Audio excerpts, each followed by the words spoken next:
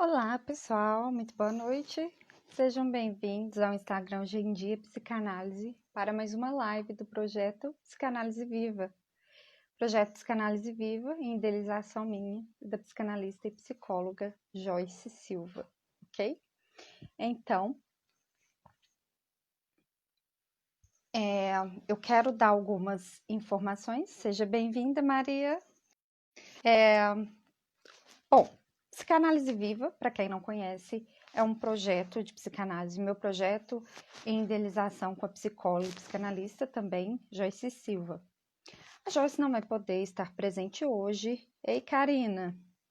A Joyce não vai poder estar presente hoje em decorrência de uma situação familiar que aconteceu na semana passada, que eu justifiquei a ausência dela na live passada. Hoje ela ainda não vai poder participar com a gente, mas inclusive eu deixei o nome dela, né, na divulgação da lista. Nós optamos por deixar porque a Joyce, né, é idealizadora do projeto, ela está participando, né, essa semana, né, de acordo com a possibilidade dela das discussões.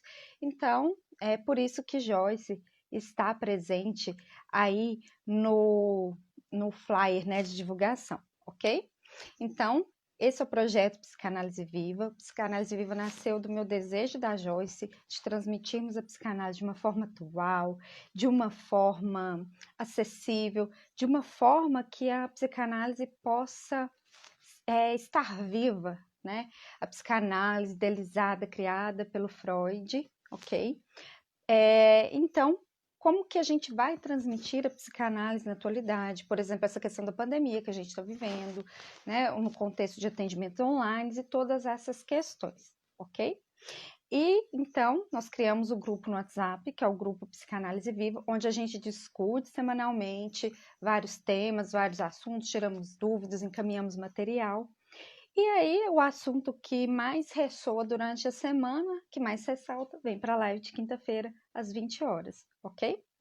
Então, semana que vem, a gente vai ter a live do Poço, sobre o filme Poço, que foi adiada, seria semana passada, né? Pela questão que eu já justifiquei. E hoje a gente teve aí como divulgado, né? Hoje vai ser a live sobre o filme do Coringa, ok? Então a gente vai falar um pouquinho sobre psicose e sociedade dentro da temática, dentro da história do filme Coringa, ok? Antes de passar para esse ponto, eu vou me apresentar para quem não me conhece, ok? Sou Maria Bruna Mota, psicanalista, psicóloga. Sou graduada pela PUC Minas, onde eu também estou terminando a minha pós-graduação em psicanálise, a clínica com crianças e adolescentes. E desde o primeiro momento do contato com a psicanálise, ela me fisgou o desejo, né? O meu desejo tocou pela psicanálise. E ao longo da graduação, fui participando de seminários, grupos, enfim, estudos em escolas de psicanálise. Passei pelo meu processo de análise pessoal, que continua até hoje, como a gente sabe, né? Estudo, formação contínua, supervisão, fazem parte do tripé que constituem, né, a formação do analista, que a gente precisa estar com esse tripé sempre em dia, ok? Sejam todos muito bem-vindos, bem-vindos. É um prazer, agradeço a presença de vocês.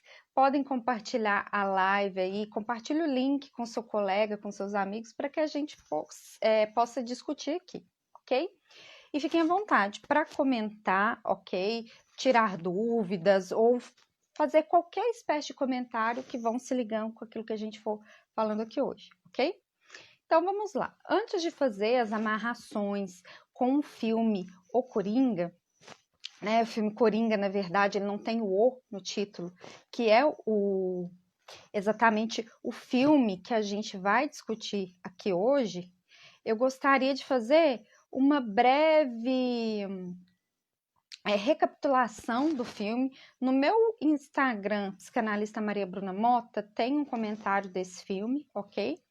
E então vou falar um pouquinho da história, né, de como eu saí da sessão de cinema no dia que eu assisti esse filme, os impactos que ele me causou, e que apesar de ser um filme aí de 2019, né, é isso mesmo, Apesar de ser um filme que não está aí, né, não foi recém-lançado, digamos assim, como outros filmes, ele ainda circula muito nas discussões, nos grupos de psicanálise, né? Ele causou muitas impressões nas pessoas, inclusive Joaquim Fênix ganhou o Oscar, né?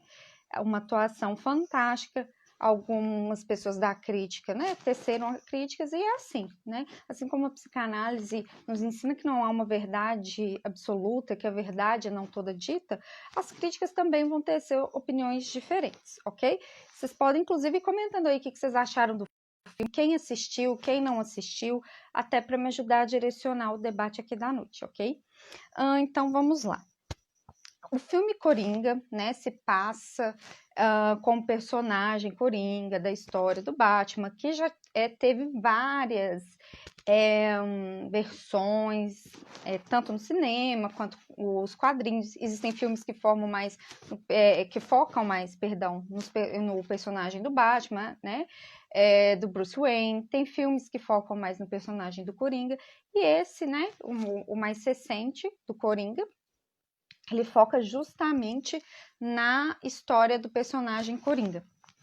Então, Arthur Fletcher, antes de se tornar Coringa, era um artista, um palhaço, e ele vivia de propagandas, fazendo, né, animação em frente a lojas, em aniversários e coisas do tipo.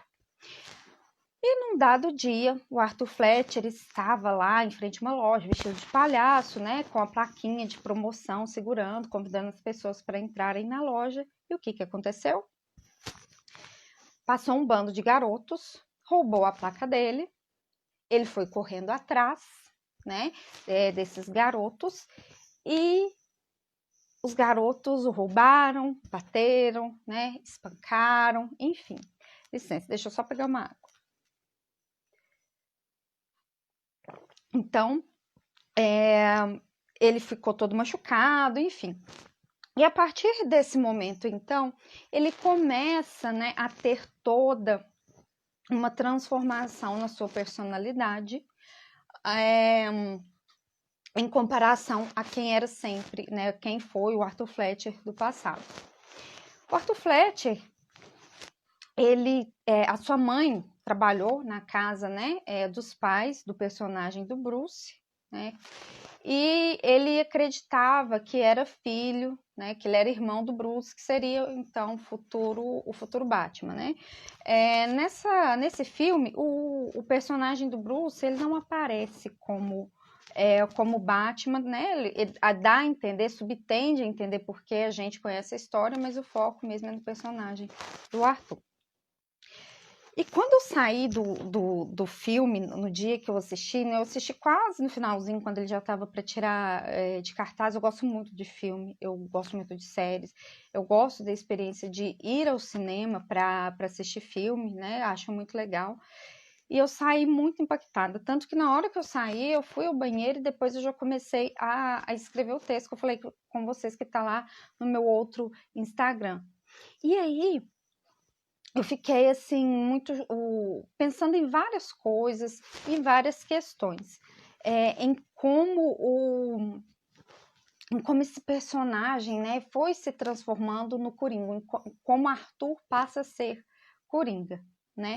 E aí no filme eu vou fazer mais algumas breves apontamentos, né? Até porque talvez possa ter gente que não assistiu, que não gosta de spoiler, mas, né, eventualmente numa discussão de filme tem spoiler, não tem jeito, tá? Então, ele foi continuando a sua vida de artista, né? E de repente, num dado dia, um dos seus amigos, né, palhaços também, entrega para ele uma arma, para ele poder se proteger.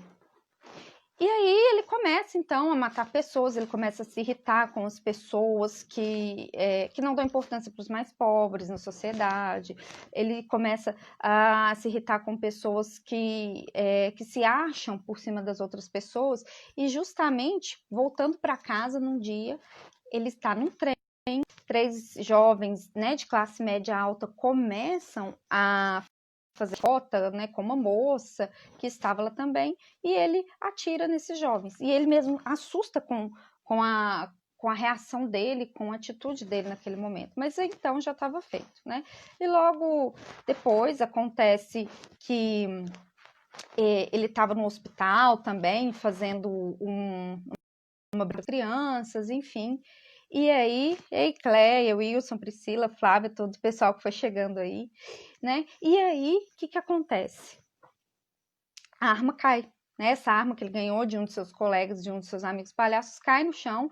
E, obviamente, né? O que um artista está fazendo numa animação para crianças, uma recreação para crianças com uma arma, né? Então, obviamente, depois disso ele foi despedido, né? E ele começa a tentar viver no mundo stand-up, né? E aí é onde começam toda a construção delirante, toda a questão dos surtos, enfim, dos delírios dele. Né? No filme, então, ele acredita que ele está vivendo uma realidade que ele não está vivendo, né? Que é uma realidade que é muito vivida, né? Que a gente estuda na psicanálise da psicose, que eu vou falar daqui a pouquinho, né? Então, ele começa a acreditar que está rolando um namoro entre ele e uma vizinha dele. Ele começa a acreditar que ele está sendo elogiado pelas pessoas, que ele está no stand-up e essa vizinha, né, que se torna namorada, ela então está aplaudindo ele, que todo mundo está gostando. Ele é convidado para ir num programa de TV muito famoso e onde ele comete o assassinato ao vivo, né, o assassinato ao vivo, perdão, do apresentador, né, e é onde que termina, né, toda a cidade de Gotham, pegando fogo, tudo, né, em todo aquele cenário apocalíptico que a gente vê, né, que a gente também, para quem gosta, né, pode assistir a série Gotham, que está na Netflix, eu acredito que ainda está, né, eu assisti na Netflix, né, mas isso já tem alguns meses, então não sei se ainda está lá. Mas é interessante também ver nessa série que já é do ponto de vista, né, já foca mais no personagem do detetive, ok? E aí, de tempos em tempos eu bebo água, tá bom, né? Quem já tá acostumado a me acompanhar sabe disso, a garganta seca, a gente precisa hidratar, ainda mais nesse tempo seco que a gente tá vivendo, inverno quase chegando, né? E então, agora vamos falar um pouquinho de todas essas amarrações com a psicose, as questões sociais, e como eu falei, fiquem à vontade para ir fazendo comentários, para poder fazer acréscimos, tirar dúvidas, esse espaço aqui é de construção conjunta, tá? Bom, o que acontece? A psicose, semana passada a gente teve a live sobre as estruturas clínicas, que vocês podem conferir aí no IGTV. Quem não assistiu depois que a live acabar, tá? Fica aqui, depois você vai lá. A psicose é uma estrutura clínica que a gente sabe que o sujeito constitui-se enquanto psicótico a partir da foraclusão do nome do pai. Então, o nome do pai não dá entrada na realidade do sujeito. Né? O que acontece então com o sujeito psicótico, quando o nome do pai é foracluído, a lei, a castração, o limite? Esse sujeito fica com o seu inconsciente a céu aberto. O inconsciente do sujeito psicótico está aberto, né? Faz muito bem sobre a água, Maria, que bom, né? A gente precisa mesmo. Eu sempre falo que eu bebo muita água, incentivo todo mundo. Lá vou de novo, né? Então, com esse inconsciente a céu aberto, fica muito difícil fazer laço social, fazer o laço social com os outros, com a família, com a sociedade. Por quê? Porque se não tem algo para barrar esse inconsciente, então esse sujeito ele não abre mão dos seus instintos mais inconscientes para poder adentrar na civilização. Então ele vive na civilização, mas é como se ele vivesse fora dela, né? Então, quando a gente vê casos de esquizofrenia, erotomania, enfim, e aí a gente vai ter diversos casos, diversas descrições, né? Que eu não vou focar tanto aqui hoje, a gente pode fazer isso em outro momento, justamente porque eu quero fazer essa amarração junto com vocês com a questão da sociedade, que é muito retratada no filme. Então, esse sujeito não consegue fazer laço, porque, vejam bem, para a gente poder viver em civilização, o que acontece? Para eu poder entrar numa empresa, eu tenho que seguir as regras daquela empresa. Se eu vou fazer uma graduação, para eu formar, para eu obter o título, eu preciso, né, cumprir com as regras de trabalho, com as regras de TCC, de convivência, para poder, então, me formar. Então, quer dizer que o psicótico não faz nada disso? Não, pelo contrário.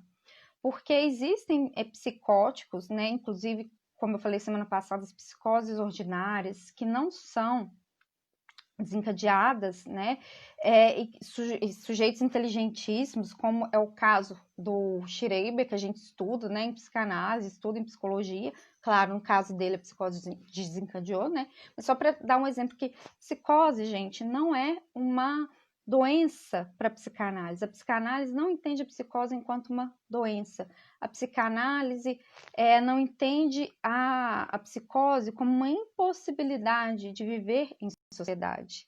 E aí a Claís, Jane, Kleber, que entrou também. Então, a psicose, a gente não está falando de doença, pelo menos o que a gente aprende na clínica lacaniana, a psicose é uma resposta que o sujeito dá para a castração, ok? Ou seja, o nome do pai, como eu falei, é forocluído, né?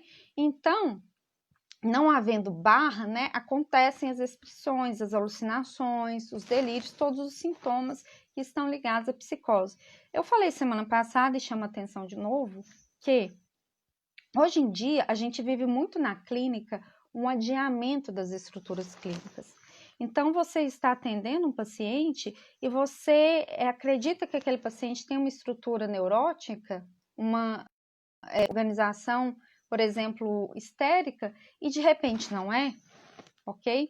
A gente não encontra mais aqueles fenômenos elementares como em outras épocas, e claro que isso tem total relação também com o modo como a sociedade foi se organizando ao longo do tempo, das mudanças sociais, ok?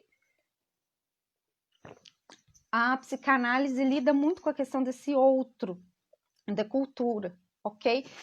E essas mudanças sociais, elas vão influenciar no sujeito. Elas não vão determinar, obviamente, né? Mas isso vai perpassar, todos esses atravessamentos, né? Vão perpassar também esse sujeito, e isso vai influenciar na forma como esse sujeito chega na clínica, na forma como esse sujeito se posiciona, ok? Então, no caso do personagem Coringa do filme, acabou que ele faz o que a gente chama de passagem ao ato, ou seja, ele passa ao ato, né? Ele faz um ato, ok? No caso dos assassinatos, de se tornar um assassino em série, Coringa,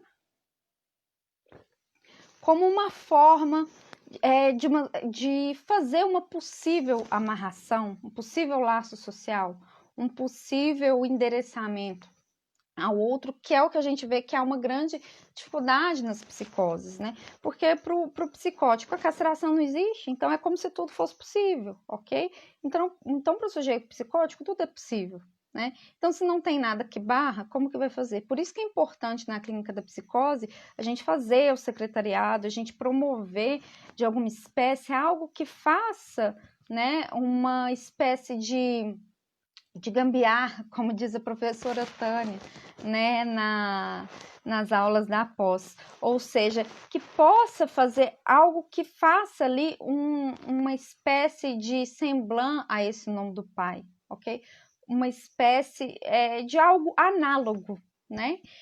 Porque de fato não tem. Se foi forocluído, passou do tempo da castração se colocar, do nome do pai se colocar.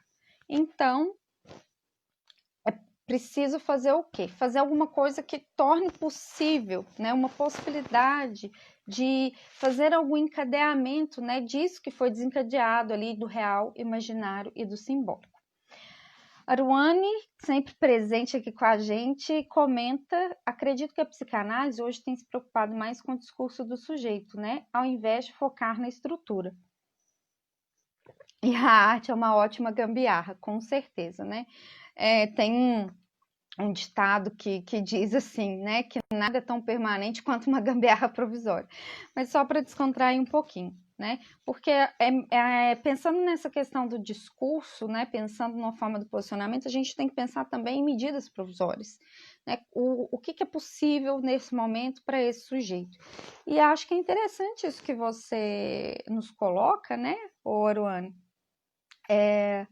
Eu penso que a gente não pode deixar de lado a estrutura, porque o diagnóstico diferencial ele vai nos ajudar a conduzir a análise, né? A gente não conduz a análise de uma neurose do mesmo jeito que de uma psicose. Porém, é isso que você falou, a gente tem que estar atento a essas sutilezas, né? Da estrutura. A gente tem que estar perdão, do discurso, porque eu estou lendo aqui o seu comentário enquanto eu estou falando. Então, a gente tem que estar atento a essa sutileza do discurso do sujeito, escutar pelas entrelinhas, né? Porque em psicanálise a gente sabe o quanto é importante o silêncio, as pausas.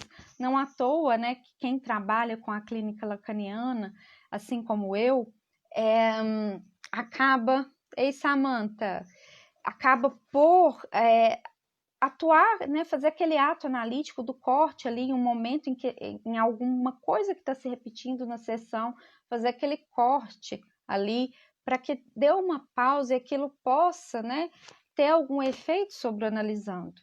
O Will está sempre presente com a gente, comenta, delírio, recurso que possibilita alguns sujeitos fazerem laço com o outro, com a sociedade, com a cultura. Exatamente, ok?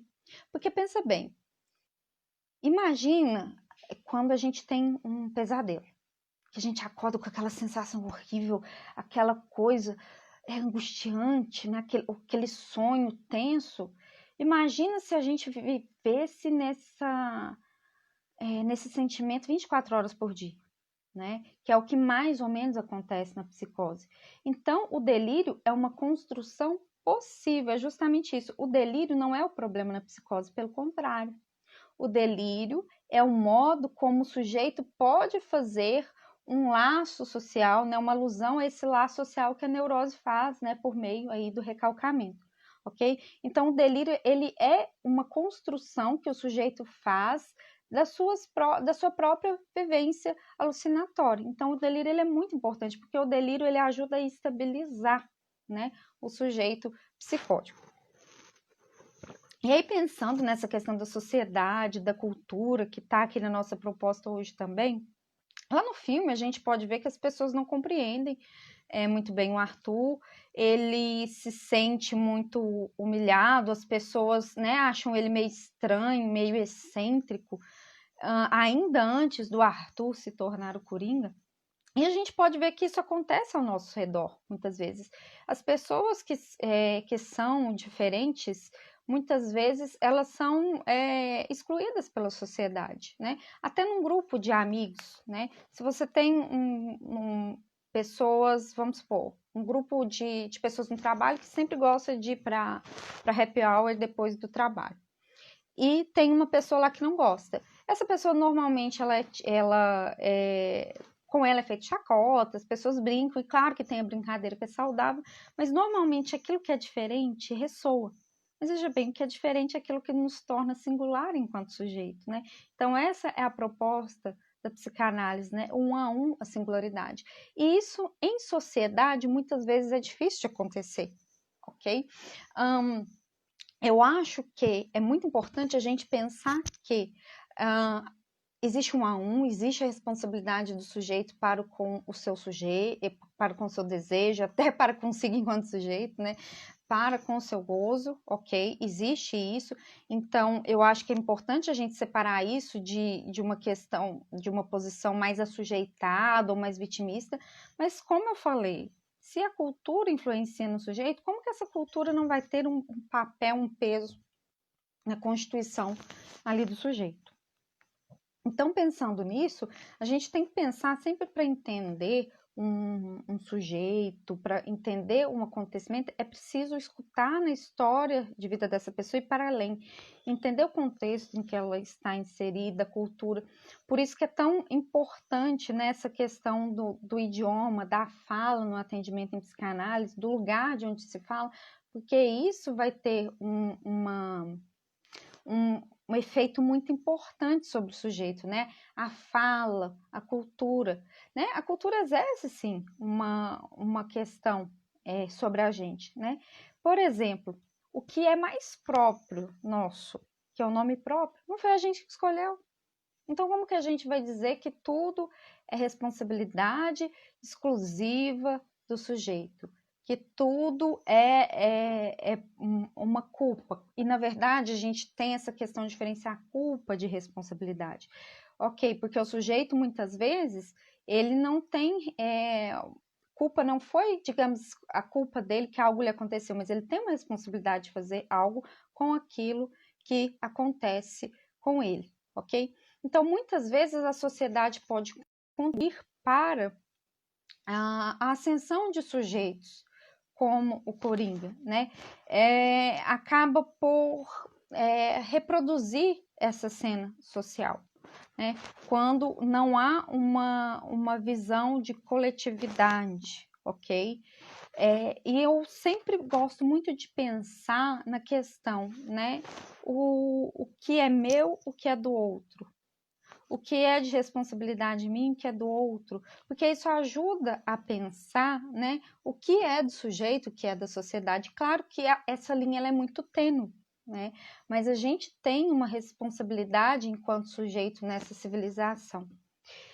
Então, Aruane comenta novamente que neste momento social e pandêmico que vivemos, percebo que os psicóticos têm encontrado um meio mais suave que nós neuróticos. A maioria dos casos que têm chegado no SUS tem a ver com crises angustiantes sobre como viver no diferente. Marlene entrando aí, seja bem-vinda. Exatamente, Aruane, é uma boa percepção, né? Você já vem comentando no grupo que você atua, né, no setor público, no SUS, e achei muito bacana você poder compartilhar essa sua experiência, né? Eu acredito que muitas vezes o sujeito neurótico, como ele recalca, né? A castração é o recurso, né, de estar sempre recalcando.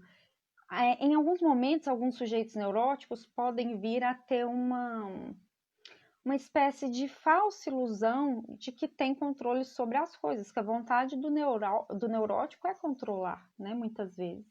A gente vê isso muito presente, ao meu ver, aí na questão da neurose obsessiva. E aí chega um momento desse que tira todo esse controle, ou melhor, essa ilusão de controle. Porque quando a gente vai ver, a gente sabe que a gente não tem controle sobre nada. Controle é diferente de responsabilidade. E de repente vem, né, um vírus invisível que ainda está sendo estudado, que já tem várias opiniões, e mostra que, opa, ninguém tem controle de nada. E aí sim, né? Para aqueles sujeitos que já estavam em análise, ou aqueles que começaram um tempo, ou que já passaram por uma análise, a minha percepção que eu venho tendo na clínica, né, compartilhando aí também, já que você compartilhou, é que se torna mais possível. Não é que é mais fácil, mas tem se tornado mais possível, né, para eles lidarem com isso, né, porque quem já está analisado, né, e lembrando que a análise ela não é completa, né, o sujeito ele já responde pelo seu desejo, então fica mais se torna possível lidar com isso melhor. Todavia, aquele sujeito que não tem análise, que não tem ainda nenhum trabalho com o seu desejo, né, ele ainda vive muito nessa ilusão de controle em detrimento da questão de responsabilidade, né? E aí essa pandemia traz justamente o quê? O encontro com esse real, esse impossível de ser nomeado, né?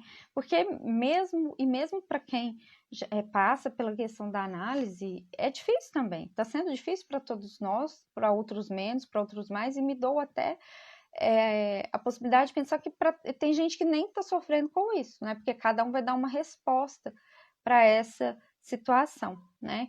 A Flávia comenta que a pandemia pode significar a falta, e isso é angustiante para o neurótico, a falta de controle, né? Exatamente, né? Quando você tem esse momento em que é tirado algumas certezas, né? Algumas certezas, né?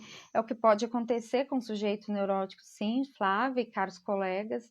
Eu penso que é uma situação que a gente fica assim, sem norte, a gente entrou nela, a gente não sabe de quando a gente vai sair, qual medicamento é efetivo, porque até então estão sendo feitos testes com medicamentos, né? Existem testes promissores sobre vários medicamentos, mas não tem ainda um específico para a Covid. A vacina ainda não tem, né? Hoje eu acompanhei algumas notícias dizendo que tem um laboratório chinês, que o Brasil está em parceria, o Instituto Butantan, para poder pesquisar a vacina, mas de acordo com a notícia que eu vi, pode ser que atualizou depois, né? Inclusive, se alguém tiver visto, pode comentar também, fique à vontade. É que a vacina está em fase de testes e que até junho de 2021 estaria disponível para todos, né? Então, não tem para esse momento presente, ok? E tudo isso vai deixando incerteza. Quando que a quarentena vai acabar? Alguns lugares têm quarentena, outros não. Uns já estão mais flexibilizados, tem lockdown em alguns lugares. E aí? Aí alguns países vão reabrindo, alguns têm uma segunda onda, outros não. Então, isso realmente gera esse cenário que a Flávia comentou. E a Aruane reitera, dizendo que super concorda, um bombardeio de crise, de pânico, ansiedade. E tem chegado muito também. Uma outra coisa que tem sido impressionante nesse momento, na minha experiência da clínica, é o quanto tem surgido demanda de atendimento de crianças e adolescentes. E isso vem sendo discutido também, é a questão que os pais estão reaprendendo a ser pais. De uma outra forma, né? Porque a gente sabe que a rotina de muitos pais é trabalhar durante o dia, a criança está na escola, se vem à noite, enfim, né? E alguns pais às vezes nem veem seus filhos, porque a hora que sai o filho está dormindo, a hora que chega ele também está dormindo, então tem um pouco de tudo. Então tem chegado muito, né? Tem paciente que eu atendo que está mais ansiosa, né? O isolamento social, se a gente é um ser, né? Um sujeito, mas que vive em coletividade, né? Como diz Luciana Elia, nós somos seres individuais, mas que vivemos em sociedade, né? E de repente a gente tem uma imposição de distanciamento social, de isolamento social, né? Que são coisas diferentes. E aí, como é que fica, né? Então cada um vai dar uma resposta de algum jeito, alguns mais intensos, outros menos, enfim. Isso vai depender de cada um, né? E aí o analista vai escutar, acolher para poder intervir, né, da melhor forma possível para o momento. Maria diz que pode-se pensar que o Coringa tinha uma estrutura psicótica e a dinâmica do funcionamento psicótico tem desencadeado pelos eventos sociais sofridos. Então, Maria, é essa leitura que eu faço. E claro que se alguém tiver uma leitura diferente, fica à vontade para colocar também, porque é isso aqui, né?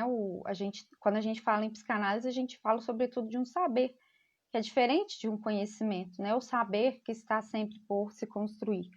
E é justamente o que acontece na estrutura da psicose. Algo que seja significante na história de vida, né, desse sujeito com essa estrutura, algo desencadeia aquilo que não estava encadeado. Porque como não tem o nome do pai, não há amarração dos registros psíquicos, né, que o Lacan coloca, né? Isso é da clínica lacaniana, que é o real, simbólico e imaginário. Então, como não tem o nome do pai para fazer a ação, algum evento social, né, no caso do Coringa, pode ter desencadeado, sim, né, essa leitura que eu faço, ok? Assim como, por exemplo, a morte do pai, como a gente vê que os psicóticos, muitas vezes, eles têm uma relação dual com a mãe, né? Então, a morte da mãe, por exemplo, pode, em alguns sujeitos, né? Promover esse desencadeamento, né? Mas a gente fala de desencadear, não é uma determinação, entendeu? É um desencadeamento daquilo que não estava desencadeado. Por isso que é importante o delírio para fazer uma possível amarração, a gambiarra, né? Como a gente falou mais no comecinho, né? Sobre isso. Wilson, foraclusão ou forclusão? Conceito psicanalítico elaborado por Lacan, 1901/81, a partir do termo alemão Verferwunk. Meu alemão não é bom, né? Deu para perceber. utilizado por Freud. Freud compara 3 formas de negação: a rejeição, a desmentida e o recalque, exatamente, né? Que seria rejeitar, né, o nome do pai, né? Desmentir, no caso da perversão, e o recalque, no caso da neurose. Fátima entrou, seja bem-vinda. Ok, né? Então, a gente pode fazer essa leitura assim, de que as questões sociais, que as vivências sociais, elas podem desencadear, né? Como o Lacan diz, a gente sabe o que a gente falou, mas a gente nunca sabe o que o outro escutou. Mas isso não quer dizer que a gente vai sair falando, agindo à torto ou direito, porque a gente vai ter uma responsabilidade com o nosso dizer, com o nosso agir, né? Então, esse outro que chega até o sujeito, esse sujeito que chega até o outro, né? É preciso pensar nessa questão da responsabilidade, né? Que o outro tem, que o sujeito tem.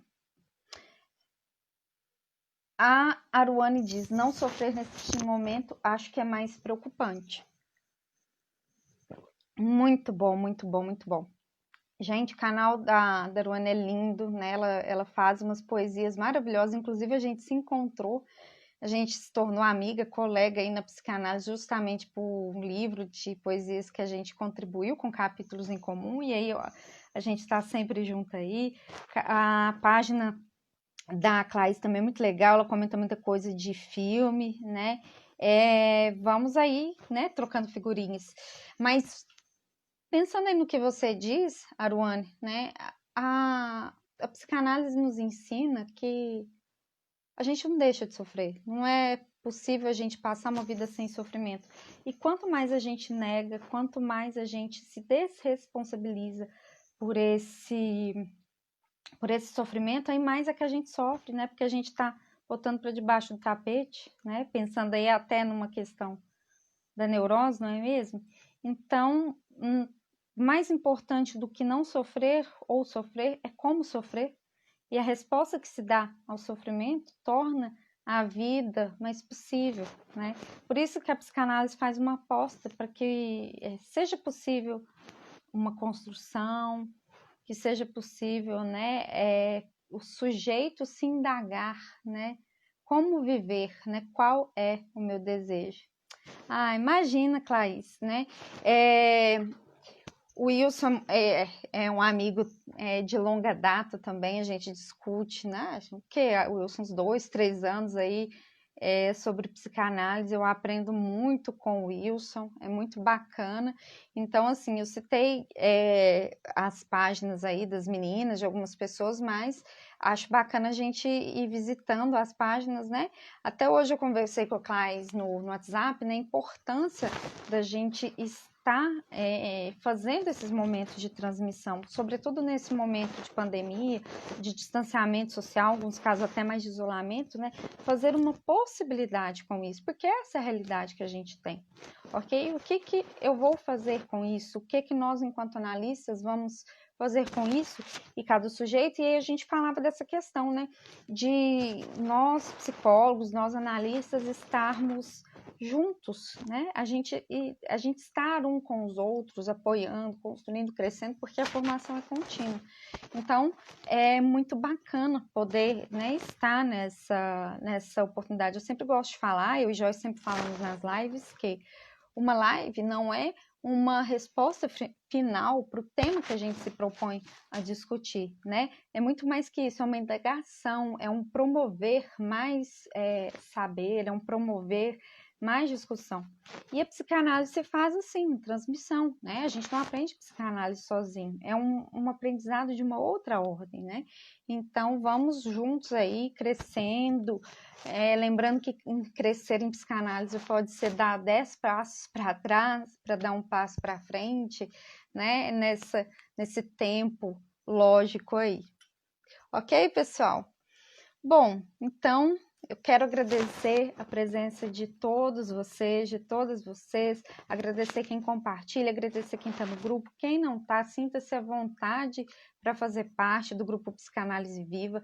Só me chamar no direct ou a Joyce Silva, né, para a gente fazer, adicionar vocês no grupo. Tem o Psicanálise Viva também no Telegram, lá não tem discussão, mas lá eu mando as divulgações da live, né, material compartilho também, algumas divulgações de outras lives que a gente sabe que também sejam legais, né? Já que a proposta é justamente fazer em transmissão, então a gente vai transmitindo, tá bom?